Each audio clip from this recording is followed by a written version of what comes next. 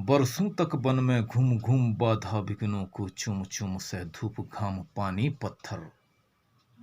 पांडव आए कुछ और निखर, सौभाग्य न सब दिन सोता है, देखें आगे क्या होता है। मैत्री की राह बताने को, सबको सुमार्ग पर लाने को, भीषण विध्वंस बचाने को, दुर्योधन को समझाने को, भगवान हस्तिनापुर आए, पांडव का संदेशा लाए। दो न्याय अगर तो आधा दो, इसमें भी यदि बाधा हो, तो दे दो केवल 5 ग्राम। रखो अपनी धरती तमाम, हम वहीं खुशी से खाएंगे, परिजन पर असी न उठाएंगे। दुर्योधन वो भी दे न सका, आशीष समाज की ले न सका। उल्टा हरि को बांधने चला, जो था असाध्य साधने चला। जब नास मनुज पर छाता है, पहले विवेक मर जाता है, पहले विवेक मर जाता है।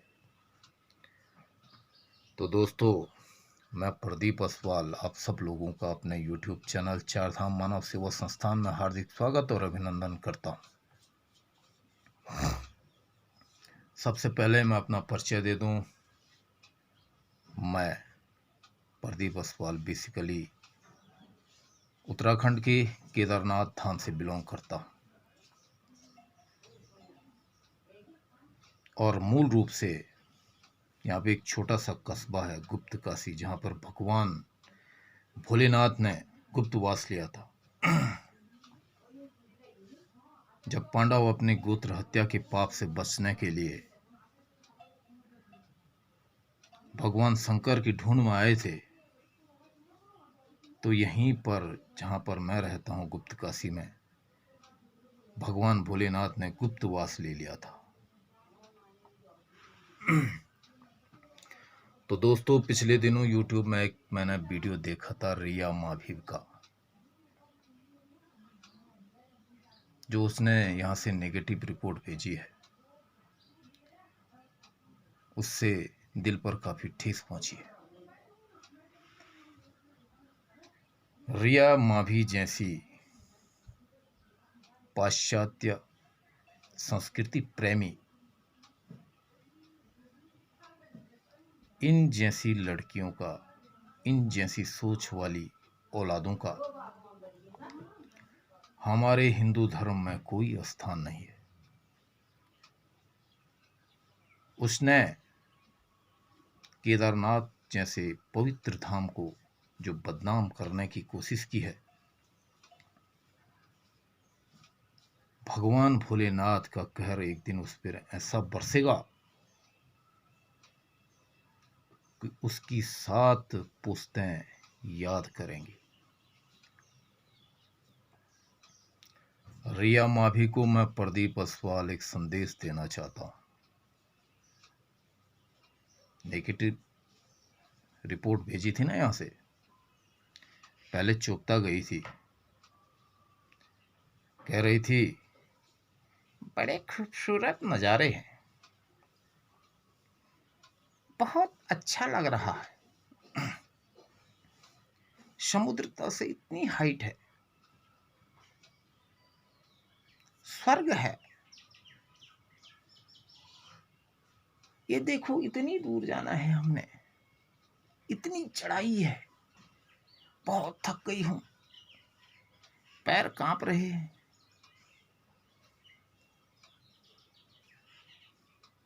एक तरफ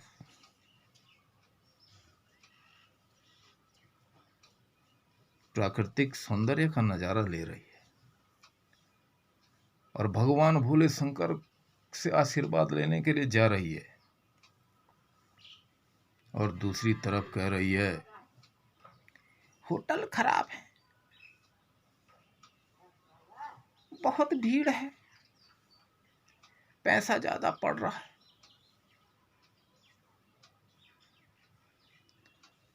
तो अगर होटल खराब थे, पैसा ज्यादा पड़ रहा था,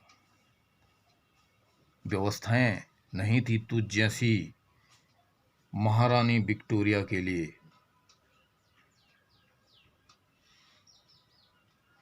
तो तुझे केदारनाथ में आने की क्या जरूरत थी? अपने बॉयफ्रेंड को लेकर के स्विट्जरलैंड चले जाती। मसूरी, शिमला, नैनीताल दुनिया भर की पर्यटक स्थान है, वहां चली जाती।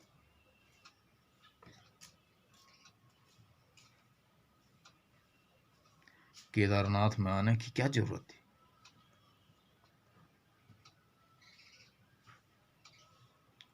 केदारनाथ जैसे पवित्र स्थान में तुझ जैसी गंदी मानसिकता वाली लड़कियों के लिए कोई स्थान नहीं है।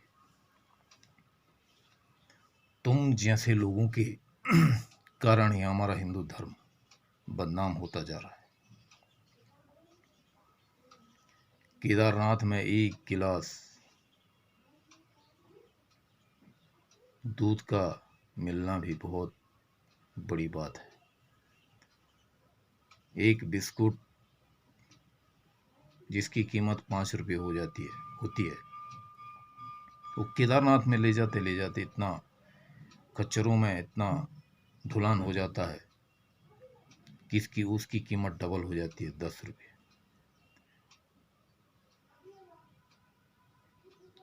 केदारनाथ जैसे हाई एल्टीट्यूड में सुविधाएं मुहैया कराना सरकारें फेल हो जाती हैं।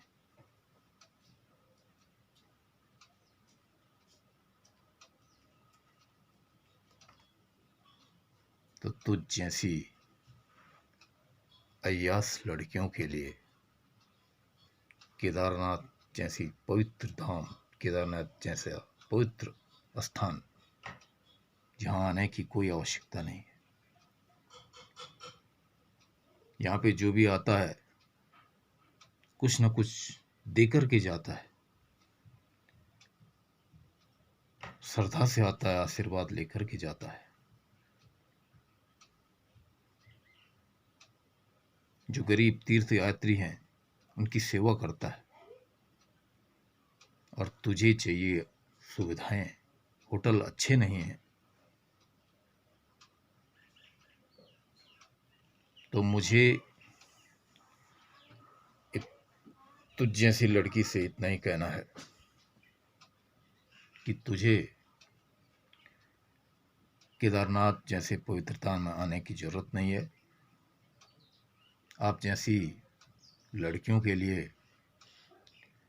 स्विट्जरलैंड, मसूरी, नैनीताल ऐसे स्थानों में जाना चाहिए। और उम्र में अभी छोटी है। तीर्थ स्थानों में लोग सुविधाओं के लिए नहीं जाते, अपने पापों की से मुक्ति के लिए जाते हैं। यहाँ पे कष्ट सहना पड़ता है, तब जाके कुछ पुण्य लाभ अर्जित होता है।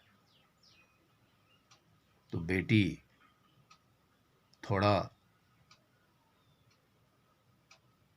हमारे जो तीर्थ स्थान है उनकी कुछ मान और मर्यादाएं होती हैं। इतनी भीड़ होती है यहाँ पे, सबकी व्यवस्था करना मुश्किल होता है। और जहाँ पे तो वीडियो शूट कर रही थी उस टाइम पे तो मुझे नहीं लगता कि उतनी भीड़ रही होगी वहाँ पे। जो पंडित हैं वो भी 2 महीने कमाते हैं, उन्होंने भी कमाना ही है। जो घोड़े खच्चर वाले हैं वो भी 2 महीने यात्रा चलती है, उन्होंने कमाना ही है। तो इसलिए थोड़ा तीर्थ यात्रियों की मान और मर्यादा को बनाए रखना है। नेगेटिव रिपोर्ट नहीं भेजनी है, यही सजेशन दे सकता हूँ। बाकी अगर इतने में भी नहीं मानेगी तो एक न एक दिन याद रखना कि भगवान भोलेनाथ की अगर तीसरी आंख खुल गई